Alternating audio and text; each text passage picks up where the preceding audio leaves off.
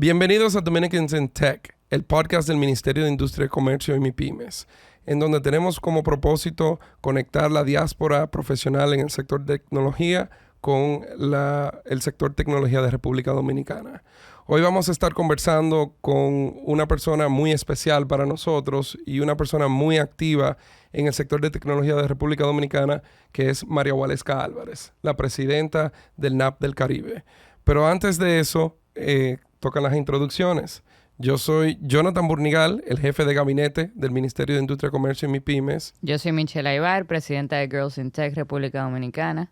Y yo, Dion Baez, gerente de marketing de YouTube Music. Y por fin Dion lo hizo todo a tiempo. Lo hicimos bien esta vez. Por fin, esperando. Bueno, señores, estamos grabando justo después de Navidad. Entonces, yo creo que hemos tenido muchos regalos en estos primeros 9 episodios, entrando en el 10º episodio ahora con María Waleska. O sea que yo quería darle las gracias a las escuchas. Ditto, yo también. Ditto. Ditto. ¿Qué significa ditto, Michelle? Yo también. ¿Tú Igual, no viste la película? igual. ¿Tú no viste la película? Yo por si acaso, porque tú siempre dices que yo soy el del La Spanglish. película Ghost. No. I love you, yeah. ditto. Throwback.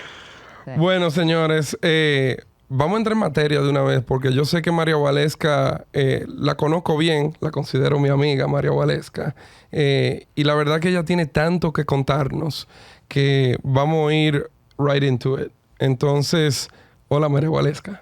Hola, muchísimas gracias. La verdad es que súper contenta de estar aquí y sobre todo saludar a la ciberaudiencia que nos sigue. Muchísimas felicidades por esta iniciativa. Yo creo que hacía falta, había un espacio para esto. Así que vamos arriba. Contentísimo de tenerte aquí, María Waleska, y la verdad que me encanta escuchar que tú dices que había un espacio, pero la realidad es que sin la colaboración de todos los que han venido antes, sin la colaboración tuya, este espacio realmente no sería posible. Y yo creo que estamos logrando muchas cosas, tanto en conocer a nuevas personas, historia poderosísima, y también trabajando cosas importantes como viene siendo la inclusión en lo que viene siendo en el sector tecnología. Y la conversación sobre la inclusión, que yo creo que es algo que quizás no siempre tenemos el chance de hacer en este tipo de espacios. Excelente. María Waleska, siempre tenemos nuestro guión, siempre nos encanta después de la presentación hablar de los orígenes de la persona, porque al final del día este podcast no se trata de lo técnico, sino se trata de la persona. Y nos encanta hablar de eso mismo. Cuéntanos un poco quién es María Waleska Álvarez, de dónde nace, dónde se desenvuelve en su etapa temprana, su juventud, y luego entonces entraremos en toda la historia de lo que está detrás del NAP del Caribe. Bueno, yo empezaría diciendo que María Waleska es la mamá de Sofía, es la esposa de José Antonio y definitivamente mis orígenes están bastante arraigados en estar enamorada de este país.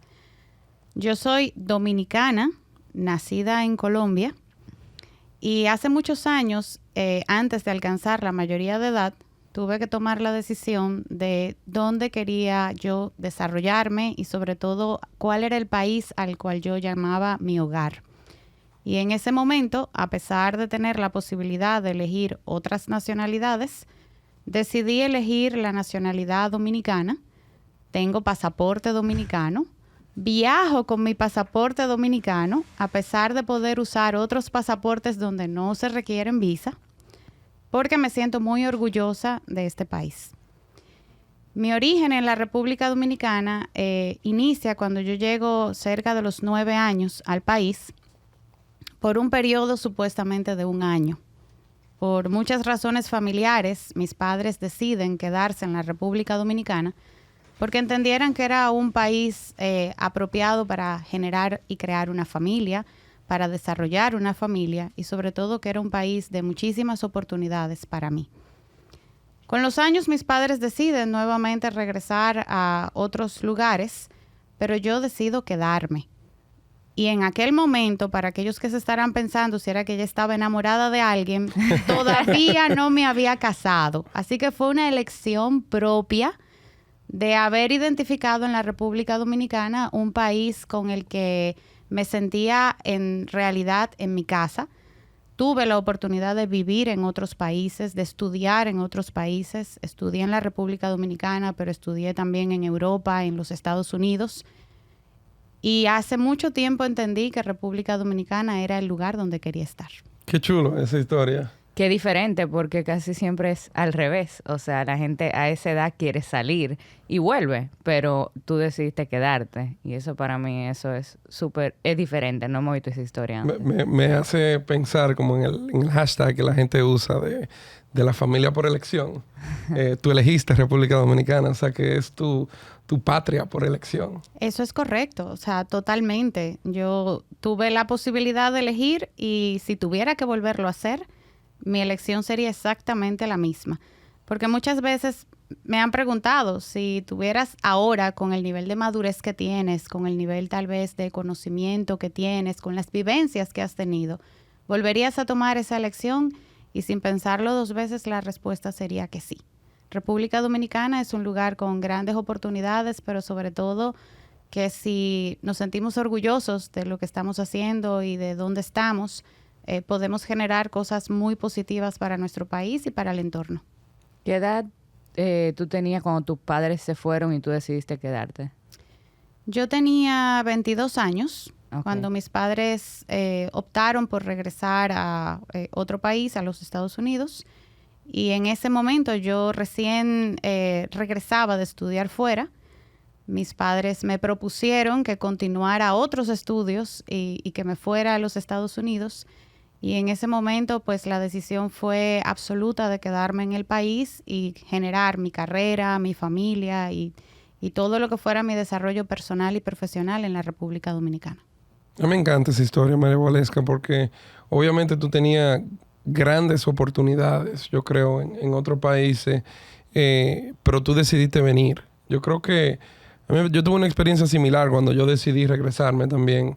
Y yo me acuerdo que me senté con un mentor y dijo, yo le planteé la idea de regresarme y él me dijo en un momento, Jonathan, tú lo que tienes que entender en tu vida, cabeza de ratón o cola de león. Y al final del día, ambas son oportunidades de grandes éxitos, pero tú al final del día tienes que hacer lo que te haga feliz. Y eso yo creo que fue un poco la decisión que tú tomaste. Al final la vida se trata de vivir el momento al máximo y tener el impacto más profundo que uno pueda tener en la sociedad en donde uno se desenvuelve. Y al final del día, desenvolverse en la sociedad que uno quiere.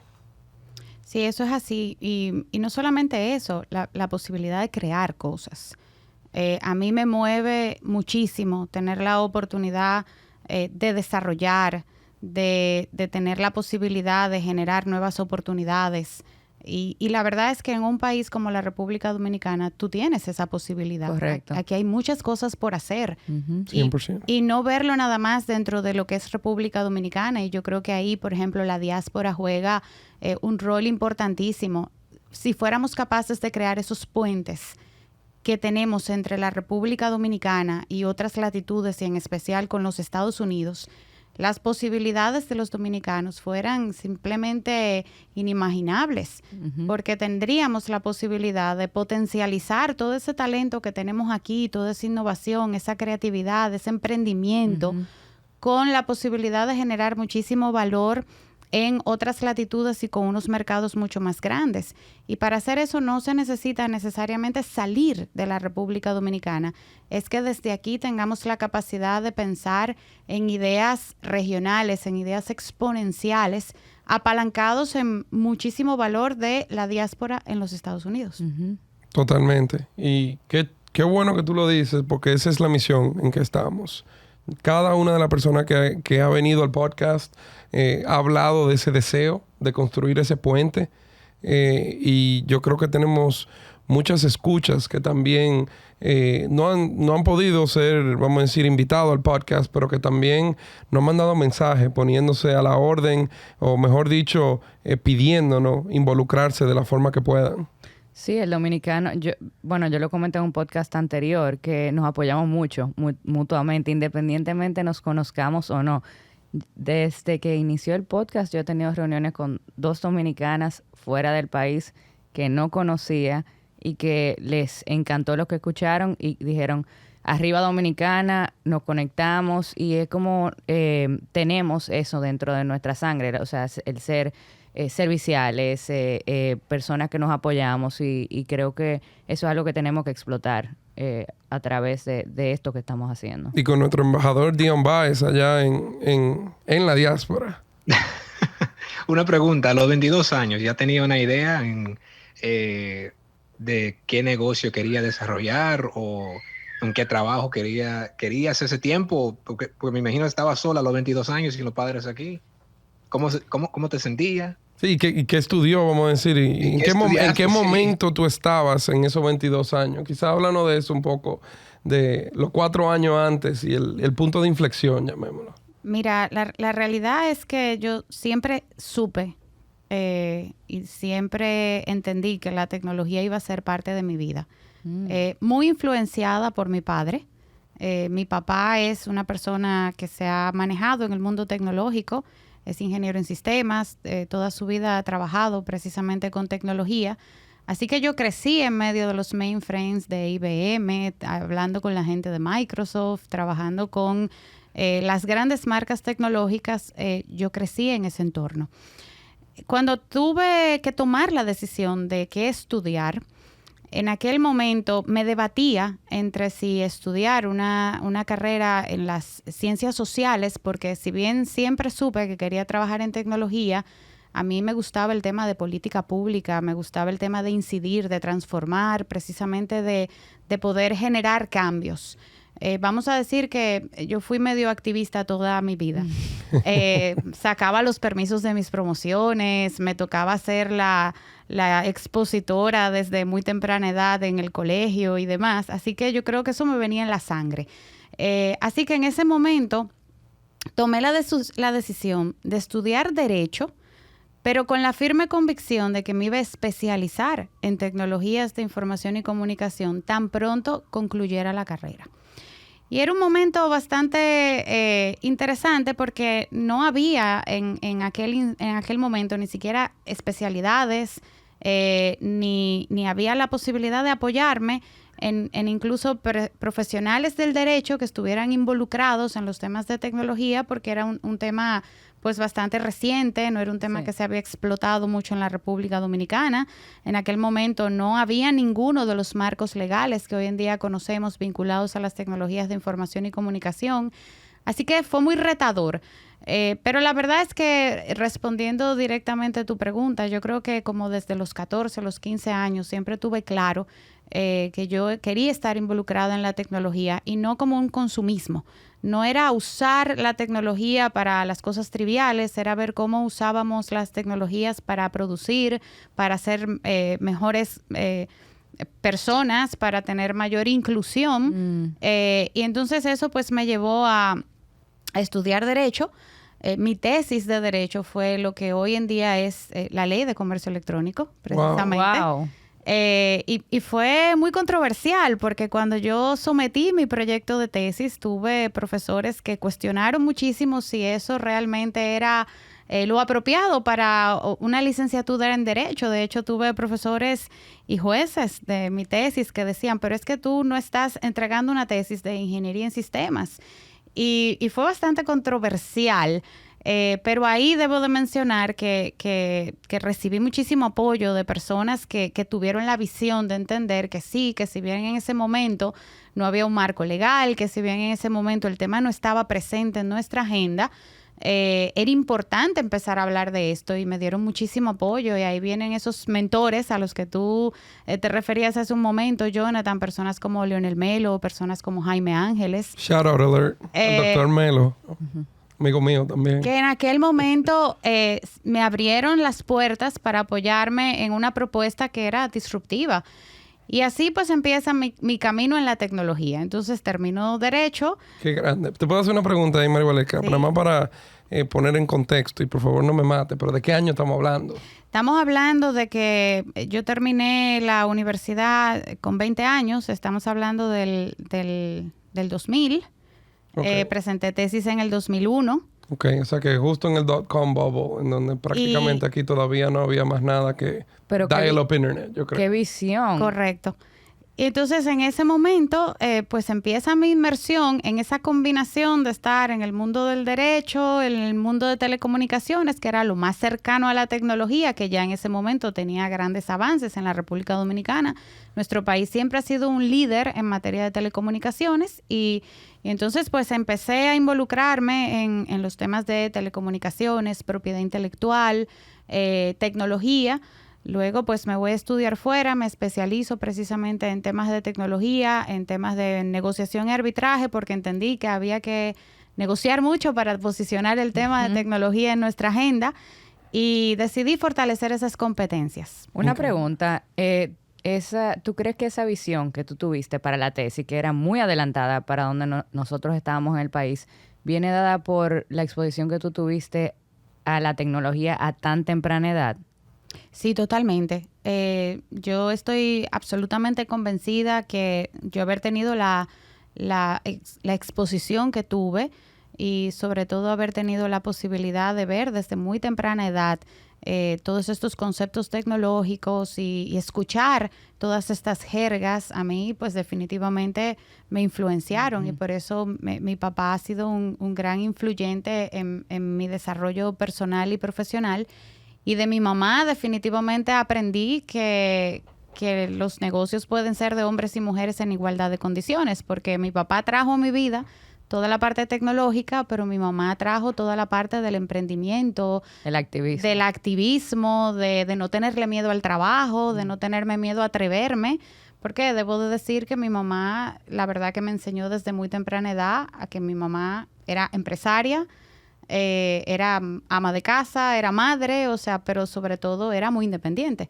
Entonces, yo creo que esa influencia que yo tuve de esa combinación de un papá involucrado en la tecnología y de una madre empresaria que no le tuvo nunca miedo al trabajo, pues hicieron de mí el producto que hoy yo soy. Qué chulo. La verdad que primero, yo casi vamos a hacer un aplauso de que no tenemos otro banquero acá en el podcast.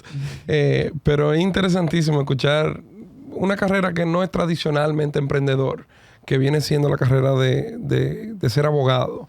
De que esa combinación quizá dinámica de un padre tecnológico, una madre empresaria, emprendedora, junto con una abogada, yo creo que tú buscaste, realmente tomaste de todo y fuiste formando y haciendo tu propia trayectoria.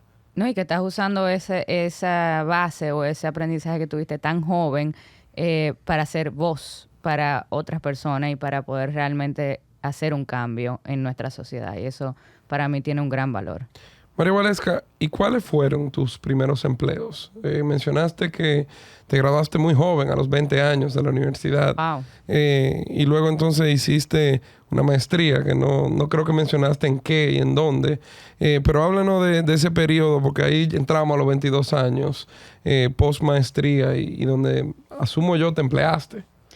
Pues te diré que mis primeros empleos no fueron a esa edad. Mis primeros empleos fue a los 14, 15 años, cuando en los veranos ya los campamentos me parecían un poco aburridos y yo le pedí a mi papá que me diera la oportunidad de exponerme a otras experiencias. Así que tuve la oportunidad de trabajar en un par de compañías durante los veranos, desbaratando computadoras. Mi primer trabajo fue en Motaportes, que era una empresa integradora pequeña del señor Héctor Mota, que me dio mi primera oportunidad cubriendo una licencia de quien era en ese momento su asistente. Y me dejó trabajar con él como por 3 meses. Y entonces ahí ellos básicamente lo que hacían era vender equipos tecnológicos y repararlos. Así que fue una experiencia sumamente interesante porque tuve la oportunidad de sentarme con los técnicos y ver lo que hacían y almorzar y pasarme el día con ellos viendo una experiencia totalmente diferente a lo que tal vez una joven de esa edad normalmente está expuesta. Luego, debo de reconocer que figuras como varios gerentes generales de Microsoft que corrieron tal vez entre el 2000 el 2006 y el 2022, Arturo Pérez, que me daba, por ejemplo, la oportunidad de ir a Microsoft y entender y ver lo que estaba pasando allí y sobre todo aprender de cómo se manejaban esas corporaciones. Entonces, estamos hablando de que esas experiencias probablemente fueron entre mis 15 y mis 17 años de edad. Cuando inicio la universidad, mi primer trabajo formal fue en el Ministerio de Industria y Comercio. Precisamente en el área legal de propiedad intelectual. Wow. En aquel momento el consultor jurídico, que era Ángel Cano, y Rodolfo Espiñeira, que fue uno de los primeros directores en materia de propiedad intelectual o lo que era el manejo todo del tema de marcas, patentes, en lo que en aquel momento, antes de lo que hoy conocemos como la Ley de Propiedad Industrial, todo se manejaba en el Ministerio de Industria y Comercio. Antes de ONAPI. Eso fue antes de ONAPI. A mí me tocó en ese momento involucrarme con lo que era el Código de Ordenamiento de Mercado, que luego se desprendió en lo que hoy son la Ley de Propiedad Intelectual, la Ley de Derecho de Autor, la Ley del Mercado de Valores y un sinnúmero de leyes, pero que su origen en aquel momento tuvo una propuesta de ser ese Código de Ordenamiento de Mercado.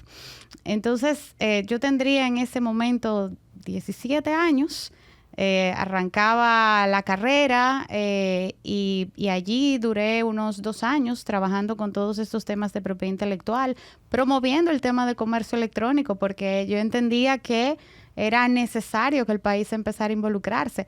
Y fue muy curioso porque en ese periodo el Ministerio de Industria y Comercio tuvo varias representaciones internacionales y el tema era comercio electrónico y eran invitaciones de la OMPI, de la Unión Internacional de Telecomunicaciones, abordando el tema de comercio electrónico, pero situémonos en el momento que estábamos hablando, 1997, 1998, y iba una niña de 17 años a hablar del tema de comercio electrónico porque era probablemente de las pocas que dentro del ministerio estaba interesada en el tema. ¿Cómo fue esa experiencia para ti? Me imagino que era de las pocas mujeres que estaban ahí, en ese círculo.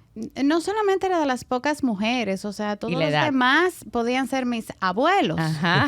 Entonces era súper retador porque primero era muy intimidante. Claro. Pero uno llegaba a esos espacios y uno tenía que hacerse ver como que era absolutamente normal. ¿Cómo tú te dabas fuerza a ti mismo? Mira, yo creo que estaba directamente vinculado a la confianza que habían depositado en mí, quienes me estaban dando el espacio y la oportunidad.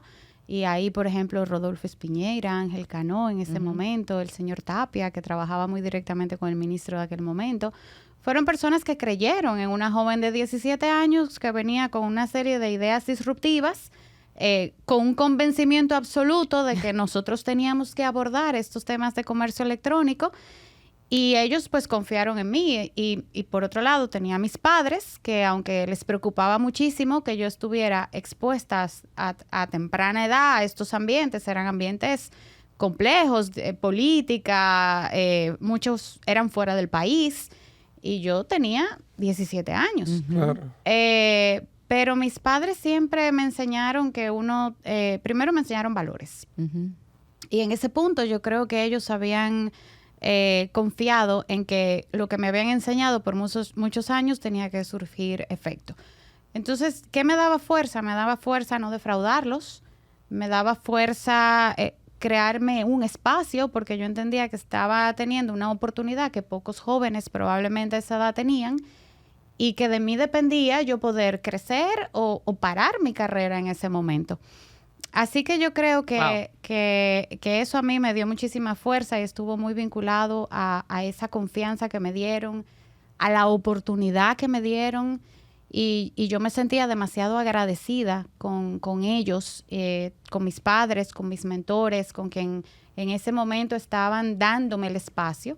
Y para mí dar marcha atrás era simplemente imposible. A mí me conecto mucho con la historia que nos hizo, no sé si se acuerdan, de José Herrera, de Horatio, que hablaba lo mismo, que le tocaba ser banquero y viajar el continente americano entero, y a veces llegaba como de 22 años, 23 años, a hablar con Chief Investment Officers, y yo creo que Michelle le preguntaba si tenía imposter syndrome. Sí.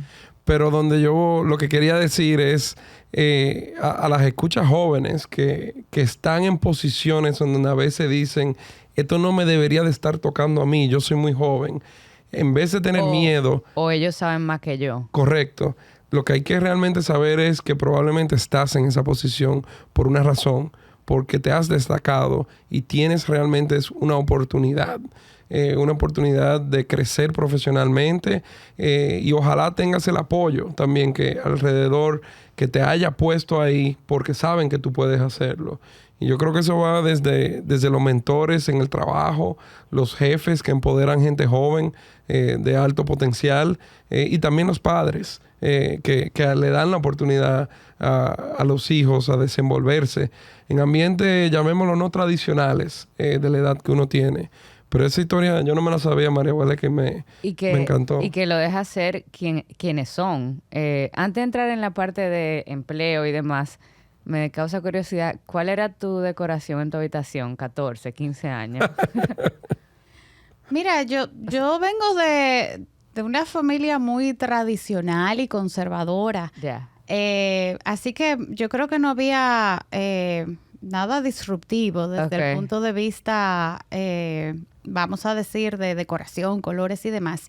Pero a pesar de venir de una familia conservadora, tradicional, de un papá súper estricto, donde el artículo 1 de mi casa era lo que diga yo, y el artículo 2, si no entendió el segundo, refiérase al primero. Sin embargo, sí también desde muy temprana edad, mis padres primero se preocuparon muchísimo por educación. Y educación no solamente en el sentido intelectual, sino también educación de respetar culturas, de ser multicultural, de entender que no necesariamente yo estoy de acuerdo con algo, pero lo respeto. Y sobre todo se preocuparon de influenciar en mí, en que lo que sea que yo eligiera fuera muy buena en lo que hiciera, no importa lo que fuera. Yo recuerdo que mi papá me decía, tú decides ser vendedor de naranjas, sé el mejor chinero. Decides ser arquitecto, diseña los edificios y las propiedades más espectaculares. O sea, elige lo que quieras, pero procura realmente dedicarte y tratar de ser la mejor en lo que elijas. Entonces, vamos a decir que era como una combinación de un pensamiento muy liberal dentro de una familia conservadora. Así que vamos a decir que en ese sentido fui muy tradicional.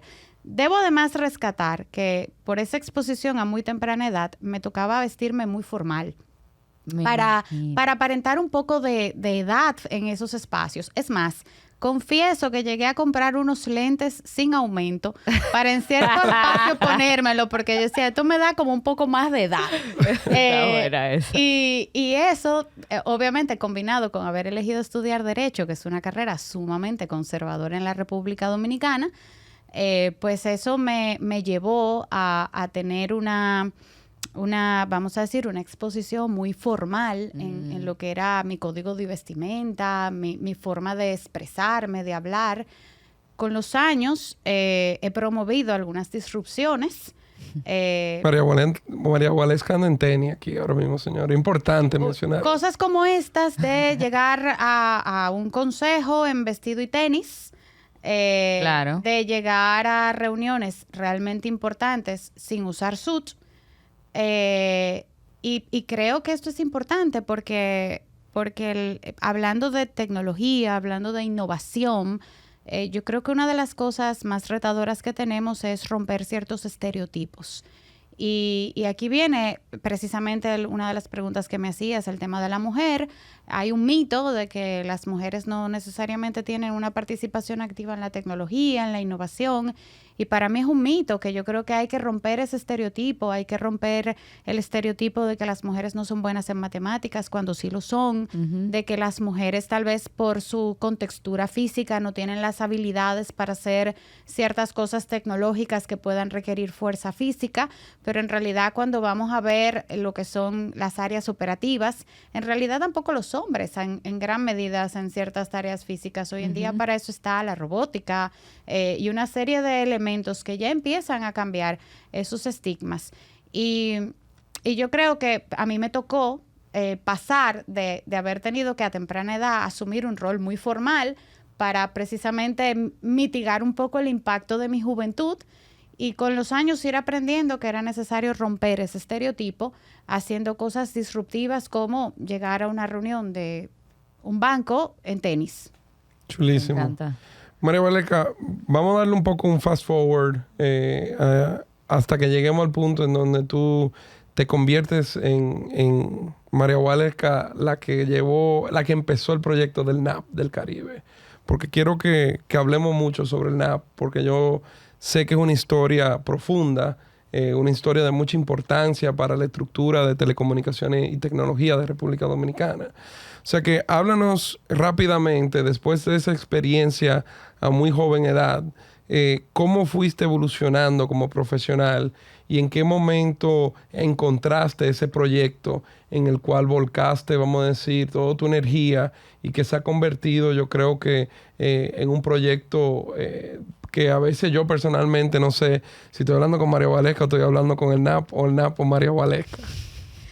Mira, a ver, un poco cuando se fue enfilando mi carrera profesional, ejercí un par de años en algunas firmas como fue Hedrick, de la mano de Mary Fernández, y luego con Anita Messina tuve la oportunidad de ver cosas que hoy impactan directamente la profesional que soy, y por eso le tengo un profundo agradecimiento a Anita Messina y a Mary, porque ellas formaron en mí un poco el carácter que me permitió luego hacer ciertas cosas. En ese camino me dieron la oportunidad de negociar algunos temas de telecomunicaciones y tecnología representando al sector privado y trabajando muy de la mano de lo que en aquel momento era la creación de la OPTIC, la Oficina Presidencial de Tecnologías de Información y Comunicación en aquel momento, y trabajando muy directamente de la mano con ellos y con el Indotel en todo lo que era la creación de políticas públicas de gobierno electrónico, telecomunicaciones. Conozco a una persona que marcó mi vida para siempre, que es el señor Guillermo Amore. Don Guillermo era miembro del Consejo de Directores de Terremark, la empresa que dio lugar al concepto de NAPS en los Estados Unidos. Y don Guillermo, que además... ¿Qué es NAPS para lo que...? Network Access Point. Okay. Y la historia de los NAPS está directamente vinculada con la necesidad de tener puntos de intercambio de tráfico neutrales que no fueran manejados por empresas de telecomunicaciones. Y si homologamos este negocio a un aeropuerto internacional, nadie quiere que el aeropuerto internacional más importante esté controlado por una línea aérea. Claro. Igual pasa en el mundo tecnológico. Los NAPS son los puntos de intercambio donde las empresas de telecomunicaciones intercambian tráfico y donde empresas públicas y privadas se interconectan con las empresas de telecomunicaciones. Y de ahí la importancia de la neutralidad. Entonces, en ese momento, Terremark, que era una compañía norteamericana que se dedicaba y que había creado de alguna manera este concepto, empieza su proceso de expansión internacional. Como parte de ese proceso de expansión internacional, en una cena a la que yo no quería ir, conozco precisamente al señor Guillermo Amore. Tuve la oportunidad de platicar con él largo rato y unas semanas después recibo una invitación para ir a conocer el Network Access Point de las Américas o NAP de las Américas, que fue el primer NAP de todas las Américas y por donde hoy de hecho pasa más del 97% de todo el tráfico que circula entre las Américas y el mundo. Wow. Qué dato. En ese momento voy a conocer esta facilidad. Tenía varios años ya desarrollando los conceptos de sociedad de la información y el conocimiento, tecnología, telecomunicaciones, participando en todas estas cumbres que hablaban de estos conceptos que hasta ese momento eran conceptos muy subjetivos. Y llego a esta facilidad que tiene unos 65,000 metros cuadrados de casi 7 pisos, con la más alta tecnología y por primera vez todos esos conceptos subjetivos que yo tenía, no sé, 10 años abordando desde la perspectiva de política pública, de teoría, se convirtieron en lo más objetivo y lo más tangible que yo había podido entender hasta ese momento. María Valesca llegó a la tienda de juguetes. Era el Disney de María Valesca. Entonces, además, recibo una invitación para formar... ¿Dónde quedaba? Queda en la Florida. Y hoy en día, pues, el NAP de las Américas es probablemente uno de los desarrollos tecnológicos más importantes de las Américas. Tenemos que hacer un field trip de Girls in Tech para allá. Sí. Cuando quieran, lo coordinamos. Y entonces así llega una invitación para unirme al equipo de Terremark, precisamente para desarrollar lo que era parte de la expansión internacional de Terremark en América Latina y en Europa. Y entonces así empiezo mi aventura en trabajar y en desarrollar el concepto de NAPS. En ese momento, el ofrecimiento para entrar a trabajar con ellos era como oficial legal. Y hasta ese momento, pues todo iba muy bien porque mi formación y todo lo demás, pues me permitían abordar esto con bastante tranquilidad. Sin embargo, a los 3 meses me dicen, no, ya tu rol no va a tener nada que ver con legal. Y ahora tú vas a trabajar en temas comerciales, de negocios, operativos, relaciones públicas, financieros. Y me acuerdo que yo hablando con don Guillermo le decía, pero usted se acuerda que lo que yo estudié fue Derecho. Y él me dice, sí, pero yo sé que vamos a poder hacerlo. Y a partir de ese momento mi perfil profesional cambió absolutamente. Y empieza mi historia en el NAP, eso fue en el 2006, que además se combinó con que me casaba. Entonces debo decir que cambié de trabajo, de profesión y inicié una familia todo el mismo mes. Wow. Entonces fue toda una aventura porque mis próximos 4 años representaron viajar absolutamente todas las semanas de mi vida porque el headquarter estaba en la Florida, pero además yo tenía que trabajar directamente con toda la expansión de América Latina y Europa y mi lugar de residencia era la República Dominicana, pero llegué a acumular cerca de más de 2 millones de millas. Wow. Por la cantidad de viajes que teníamos que hacer para lograr el desarrollo de esto. Y aquí en este proceso llega el NAP del Caribe. Entonces, el NAP del Caribe a mí me lo entregan. ¿Podemos decir una cosa primero? Sí. Que en ese momento también te volviste María Waleska en Tech. Ya. Correcto.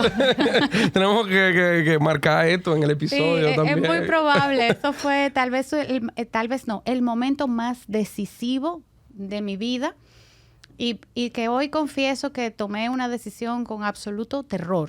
O sea, porque era un momento donde me estaban proponiendo hacer cosas para las cuales no me preparé, para las cuales no estudié, que eran todos nuevos desarrollos. Entonces ahí vino, 1, había que atreverse. Y 2, había que volver a estudiar. Entonces me tocó pedir ayuda. Y me tocó decirle a todos esos grandes ejecutivos que tenían una historia en Terremark, decirles, ayúdame a aprender y sentarme muchas horas a su lado para tratar de entender cómo funcionaba el negocio, cómo se desarrollaba el negocio, aprender a manejar modelos financieros, aprender a hacer estrategias de relaciones públicas y además en culturas diferentes, porque no era lo mismo abordar esa estructura en la República Dominicana que abordarla en Colombia o en Brasil o en España. Y pues fue probablemente uno de los procesos de mayor aprendizaje en mi carrera y no me lo dieron en la universidad. No.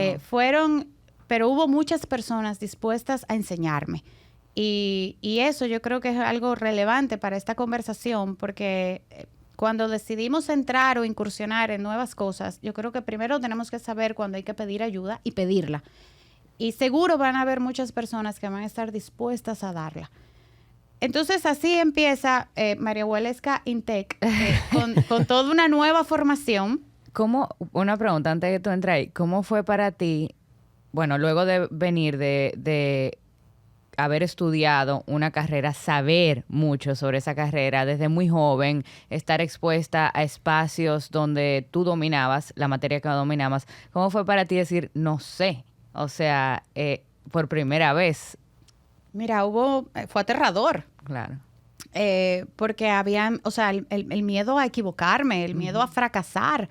O sea, ya yo venía acumulando cierta experiencia y me había, de alguna manera, tenía un reconocimiento ya. Y volver a empezar en un área que era muy disruptiva, pues era o nos va bien o nos va muy mal. Y en un momento donde estaba empezando a formar mi familia, además, o sea, que tenía otras implicaciones y otros retos. Pero hubo mucha gente dispuesta a ayudar y apoyar y en ese sentido yo recibí el NAP como un business plan. Okay. Y para mí es mi primogénito. Y en ese sentido, pues empezar a desarrollar y a evangelizar lo que era un NAP para la República Dominicana trajo muchísimos retos. Primero porque era un modelo de negocios totalmente disruptivo, no nada más para la República Dominicana, la región. O sea, hablar de tercerizar los servicios de misión crítica, hablar de realmente poder desarrollar y construir en la República Dominicana una facilidad a prueba de huracanes, terremotos, ataques del hombre, con garantías eléctricas de que no hubiera una interrupción de energía bajo ninguna circunstancia en un país como el nuestro. Hablarle a empresarios y a políticos de entregar su información en manos de un tercero, representó retos importantísimos, pero aquí debo de destacar 2 cosas. La primera, hubo mucha gente que creyó en este sueño. Y hay 2 personas que para mí tienen sus huellas muy marcadas en todo lo que es el NAP, que es don Guillermo Amore, que fue el visionario y el que realmente promovió la República Dominicana como el destino de ubicar este NAP. Y luego don Álvaro Nadal. Don Álvaro Nadal fue el primer presidente del NAP del Caribe, una persona con una trayectoria en materia de telecomunicaciones espectacular, probablemente el profesor de todos los que hemos de alguna manera incursionado en el mundo de telecomunicaciones, y una persona que conformó un equipo que realmente es lo que es el NAP del Caribe. NAP del Caribe, más allá de ser un complejo de 20,000 pies cuadrados con garantías electromecánicas, con una capacidad eléctrica instalada que hoy supera los 3 megas de energía, con la máxima conectividad de toda la región, más que ese nivel de infraestructura que ha requerido innumerables inversiones, es un equipo de personas. Es un equipo de personas que nacieron con el NAP allá en el 2008 cuando abrimos la operación y que han crecido y se han desarrollado dentro del NAP y dentro de la industria porque creyeron en el NAP. Y en momento en 2008, cuando ya se abrió el NAP del Caribe aquí en República Dominicana, ¿tú seguías en Terramark o tú hiciste un salto, vamos a llamarlo, a adueñarte de el NAP tuyo, por decirlo así? Mira, era una figura interesante. Terramark en aquel momento era el operador y uno de los principales accionistas del NAP, y yo representaba a Terramark. Entonces yo tenía como una especie de matrimonio sin posibilidad de divorcio con el NAP del Caribe, pero representaba a Terramark. Con el paso de los años... Era un hijo favorito. Era mi hijo favorito. Pero con el paso de los años hubo diversas fusiones, vamos a decir, transacciones corporativas que me llevaron a un momento dado a tener que tomar la decisión de si irme con una empresa que había, de hecho, hecho una fusión internacional muy importante con Terramark, o quedarme en el NAP del Caribe. Y aquí, una vez más, igual que a los 22 años, me tocó tomar la decisión de dónde quedarme. Si irme a Nueva York con una relocalización, con unas condiciones espectaculares. Tentador. O nuevamente tomar la decisión de quedarme en la República Dominicana con lo que era un proyecto y una empresa que yo veía con extraordinario nivel de potencial. Y así que nuevamente elegí la República Dominicana. Bien. Wow, no, Dominican in Tech. 2 veces ya algo que elige. Sí. Entonces, en ese momento paso ya a formar parte del equipo ya del NAP del Caribe. Ya Terramark había salido de la ecuación como operador y de hecho como accionista, y el NAP del Caribe se consolida con un grupo de inversionistas locales e internacionales y con una operación totalmente interna. Entonces, donde ya no teníamos esa vinculación con esa multilateral, con ese multilateral o esta multinacional.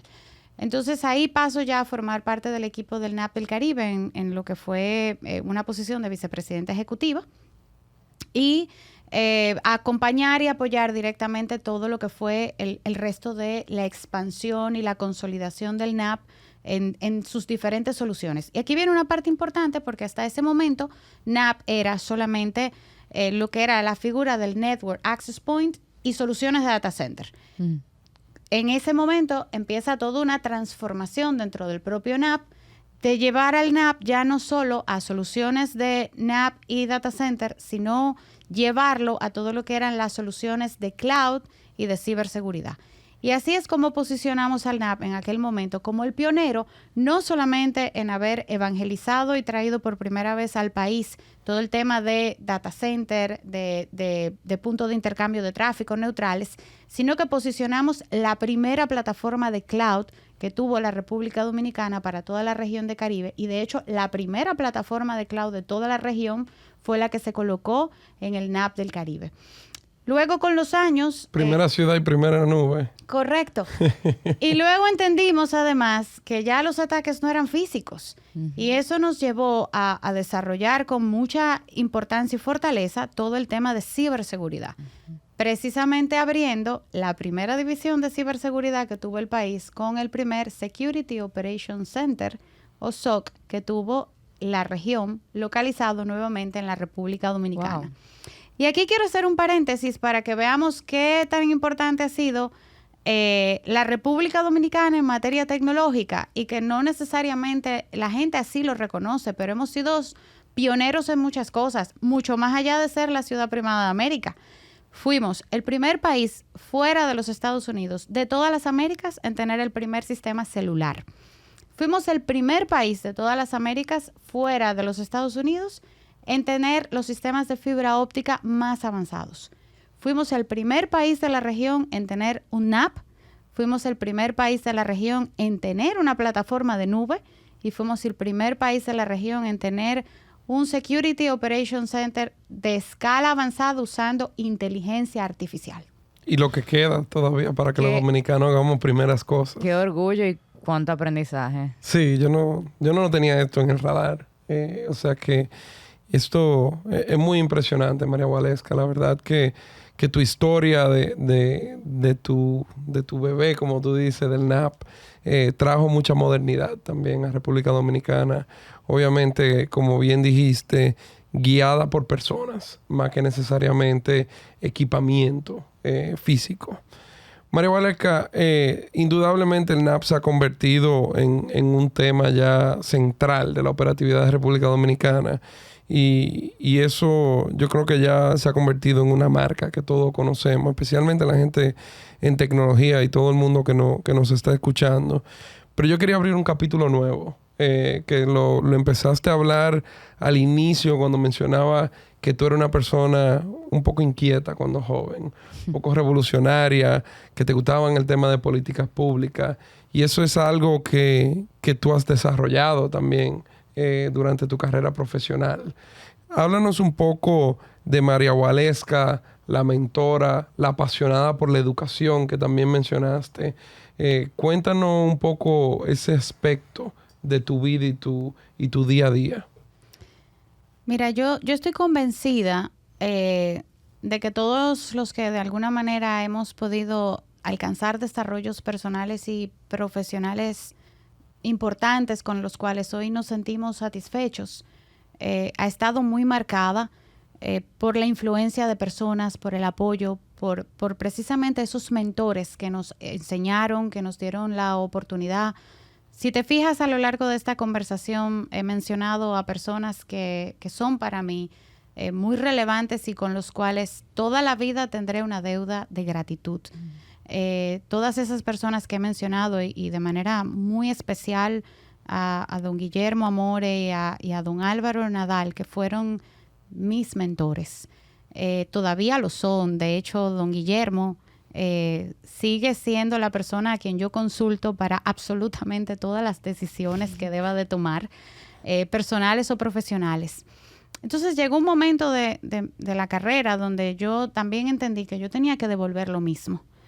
Y por eso entendí que así como habían personas súper ocupadas que sacaban de su tiempo para escucharme, para guiarme, a pesar de mi apretada agenda personal, profesional, yo tenía que hacer el firme compromiso de buscar ese espacio que yo también recibí. Y con esto, una invitación a todos aquellos profesionales y personas que han tenido la oportunidad de tener experiencias y vivencias, que no nos podemos quedar con ellas. hay que replicarlas, hay que enseñarlas, hay que contarlas. Y no solamente contarlas desde la óptica del éxito, sobre todo desde la óptica del fracaso, porque todos los que de alguna manera hemos podido desarrollarnos hemos tenido muchos fracasos. Y si bien aquí hemos hablado de muchas cosas muy positivas, detrás de esas cosas positivas han habido innumerables momentos de dolor, de angustia, de tristeza, innumerables equivocaciones, innumerables fracasos. Yo creo que... Esa es la experiencia humana, o sea, desde la óptica humana, diría yo, ¿verdad? Pero más que... a mí no me gusta necesariamente hablar de fracaso, son tropiezos o aprendizajes. Es natural, es parte de la vida, yo creo que de todo emprendedor, de todo empresario. Son los momentos en donde uno más puede tener ese espacio de pensar por qué no funcionó esto y venir con el doble de fuerza. Sí, así es. Y por eso el tema de la mentoría y el tema de la educación juegan un rol tan importante. Porque todos nos hemos tropezado, todos nos hemos equivocado. Y tener la oportunidad de tener a alguien con mayor experiencia, con la posibilidad de tener una mirada diferente, que te guíe, que te ilustre, que te acompañe, es definitivamente mucho de lo que va a diferenciar si el tema se queda en un fracaso o si el tema se queda en una equivocación con una gran oportunidad de mejorar y de crecer. Entonces, el tema de la mentoría, por eso juega un rol tan importante en cualquier oportunidad de crecimiento y de desarrollo. Y el tema de la educación, porque todo lo que hemos conversado requiere de habilidades, requiere de competencias blandas y duras, que vienen dadas con la posibilidad de educarnos y en una educación de calidad. Y uno de los grandes retos que tiene la República Dominicana es precisamente mirar el tema de educación como una prioridad nacional a todos los sectores y en todos los sentidos. O sea, educarnos con calidad debe ser una prioridad de la sociedad civil, del sector privado y del gobierno. ¿Por qué? Porque nosotros tenemos una población con unas grandes oportunidades de competir con un mundo totalmente globalizado. Ahora, para que estas personas, estas generaciones que vienen creciendo, tengan la oportunidad de competir en ese mundo globalizado, necesitan asegurar la educación y competencias que hoy en día son innegociables. Deberíamos ser un país absolutamente bilingüe. Desde temprana edad a todos los niñas y niños de cualquier edad deberían enseñarles a hablar inglés. Deberíamos tener coding, programación como segundo idioma. Desde la primera infancia deberíamos exponer a nuestros niños y niñas precisamente a aprender a hacer coding, a programar, a meterse en este mundo tecnológico. No necesariamente para que sean técnicos o tecnólogos, porque hoy no se puede pensar en un contable que no entienda de blockchain, porque hoy no podemos tener médicos que no analicen y que no tengan acceso a analítica, porque no podemos tener abogados que no sepan de blockchain, porque no podemos tener ingenieros que no sepan manejar temas de robótica. La realidad es que hoy todas las carreras y todos los niveles técnicos requieren de habilidades y competencias digitales. Y esa parte de educación y de mentoría, de asegurarnos que los empresarios, que los políticos generan esos espacios y generan el tener a la educación como una prioridad de nuestro país, es la gran apuesta y la gran oportunidad que tenemos. Y también yo creo que todo eso de coding es pensamiento crítico, que es fundamental para el ser humano. Correcto. O sea, la base de mucho de eso es matemáticas.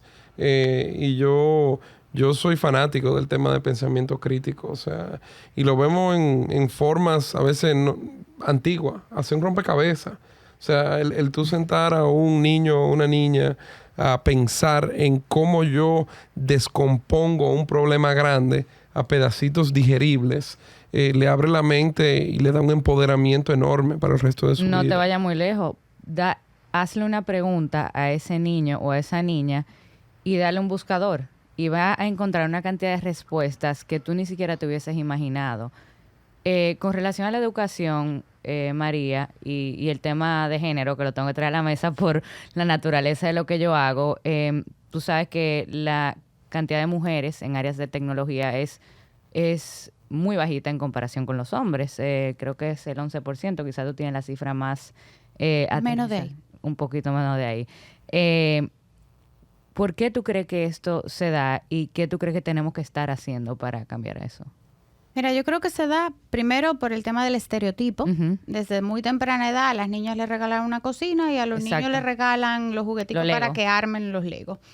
Desde muy temprana edad, a las niñas le dicen las carreras son A, B, C y a los niños X, Y, Z. Incluso las tiendas están divididas en niña y niño. Correcto. Entonces, yo creo que hay un estereotipo que hay que cambiar, hay que romperlo. Y eso viene muy de la mano de la educación que las familias estamos generando y viene muy de la mano con la educación que en los centros educativos puedan generar.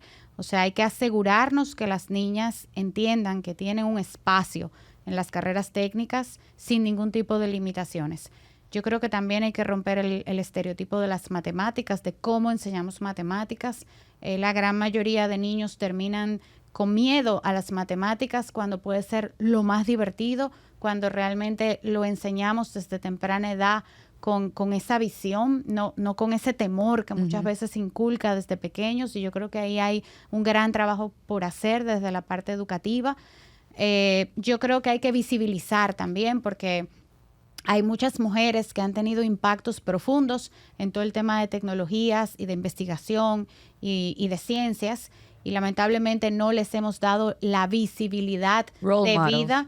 Entonces yo creo que hay un tema de visibilización, hay un tema de que las niñas puedan ver y conocer de muchos casos de éxito de mujeres que han jugado roles importantes en este mundo y que tal vez no son las más conocidas. Ujú. Entonces, yo creo que hay que trabajar muchísimo en los temas culturales, Ujú. de que nosotros entendamos que las mujeres sí tienen un espacio y a ellas mismas hay que fortalecerlas en ese pensamiento. Ujú. Y voy a hacer un ejemplo muy puntual que lo he vivido muchas veces cuando estamos entrevistando jóvenes para ciertas posiciones técnicas. Nuestra operación es una operación 24/7, 52 semanas al año, y por lo tanto, todos los que trabajamos en el NAP y sobre todo todos los que trabajamos directamente con la operación, tenemos que saber que tenemos que estar disponibles en cualquier momento. Ujú. Muchas mujeres le tienen miedo a eso. ¿Cómo yo voy a estar trabajando a la 1, a las 2 de la mañana? ¿Qué va a decir mi familia? ¿Qué va a decir la sociedad? Oye, tienes un trabajo digno, tienes la oportunidad de impactar en un área que ya no es el futuro, es el presente de lo que estamos viviendo. Que trabajemos a la 1 de la mañana o que trabajemos a las 3 de la tarde, hoy en día ya no debe hacer la diferencia. Pero eso hay que educarlo desde temprana edad. Y eso nuevamente va con el tema cultural, con el tema del estereotipo, con el tema de desmitificar y con el tema de visibilizar. Y yo probablemente puedo dar el ejemplo más sensato. Yo trabajo para una operación 24/7. Muchísimas veces he tenido que amanecer en el NAP. Muchísimas veces he tenido que salir a la 1, 2, 3, 4 de la mañana. Y yo sigo siendo madre, y sigo siendo esposa, y sigo siendo ama de casa. Ujú. Y si somos capaces de equilibrar esos roles, pues no hay por qué una mujer no tener un espacio en el mundo tecnológico. Que, o sea, el mejor mensaje, porque sí hemos sentido o pensamos a veces las mujeres que tenemos que pedir permiso para salir tarde del trabajo o para hacer ciertas cosas. O sea, que yo creo que tú eres un gran ejemplo de que eso no es necesariamente cierto. Yo creo que no hay mucho más que decir, María Valesca. Se me eriza la piel también de escucharte. Cada vez que hablamos de este tipo de cosas, la verdad que hace llegar un mensaje poderoso, especialmente para las escuchas jóvenes, que puedan saber que pueden, y también a los jefes y las jefas que son ya un poco más avanzadas, de que tienen que dar la oportunidad. Madres y padres también. También. Excelente. María Valesca, ya vamos a concluir la parte de María Valesca en Tech. Vamos a pasar ahora a nuestro querido Rapid Fire, en donde vamos a sacar de ti la dominicanidad que tú tantas veces has elegido. Y yo creo que no hay... Y bueno, obviamente la estructura de esto es: te voy a hacer unas cuantas preguntas y tú respondes lo primero que te viene a la mente. Entonces, sabiendo que tú elegiste tu dominicanidad más de una vez, primera pregunta indudablemente: ¿el mangú va con cebolla o sin cebolla? Sin cebolla en mi caso. Me identifico. Bueno. ¿Cuánto puerquito en puya ya tú llevas?